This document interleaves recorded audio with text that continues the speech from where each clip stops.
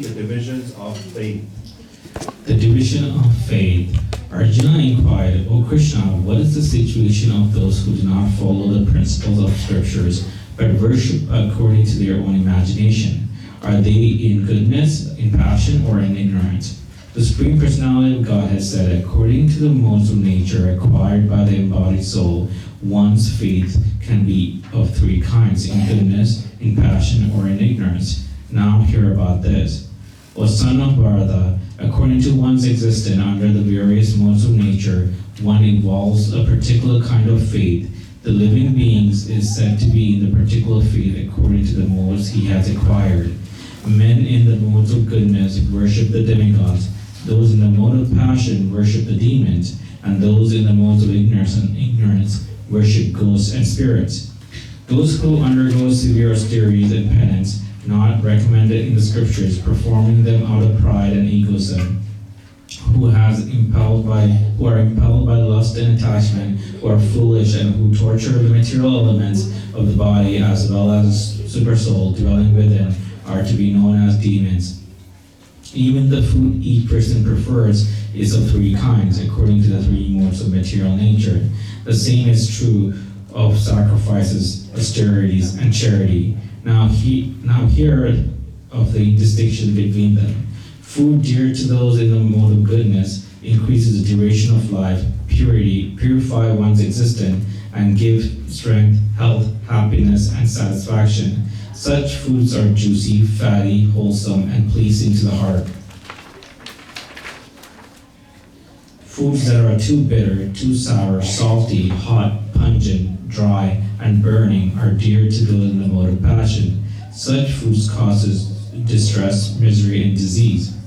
Food prepared more than 3 hours before being eaten, food that is tasteless, decomposed, and putrid, and food consisting of remnants and untouchable things is dear to those in the mode of darkness.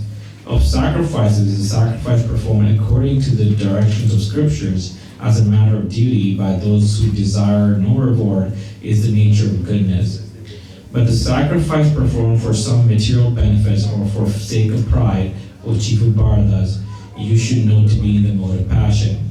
Any sacrifice performed without regard for the directions of scriptures, without distribution of prasadam, spiritual foods, without chanting of the Vedic hymns and remunerations to the priest, and without faith is considered to be in the mode of ignorance.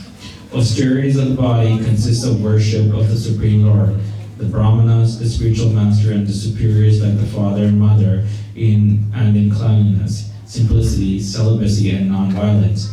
Austerity of speech consists in speaking words that are truthful, pleasing, beneficial, and not agitating to others, and also even regularly reciting the Vedic literature. And satisfaction, simplicity, gravity, self-control, and purifications of one's existence are the austerities of the mind. This threefold austerity is performed with transcendental faith by men not expecting material benefits but engaged only for the sake of the Supreme is called austerities in goodness. Penance performed out of pride and for the sake of gaining respect, honor, and worship is said to be the mode of passion. It is neither stable nor permanent. Penance performed out of the foolishness with self-torture or to destroy or injure others is said to be the mode of ignorance. Charity given out of duty without expectation of return at the proper time and place and to a worthy person is considered to be the mode of goodness. But charity performed with the expectation of some return or with a desire for fruit of results or in a grudging mood is said to be the charity in the mode of passion. And charity performed at an impure place at an improper time to unworthy person or without proper attention and respect is said to be in the mode of ignorance. From the beginning of creation, the three words Om Tat Sat were used to indicate the supreme absolute truth.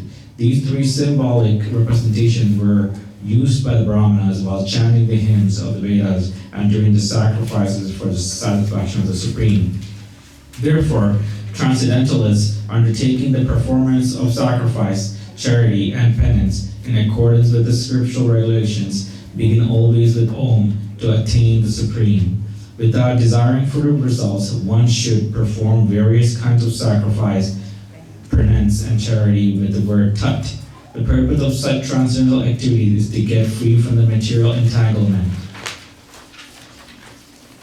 The absolute truth of the objective of devotional service sacrifice, and it is indicated by the word sat. The performer of such sacrifice is also called sat, or as all works of sacrifice, penance, and charity, which true to the absolute nature are performed to please the Supreme Person or Sanaprata.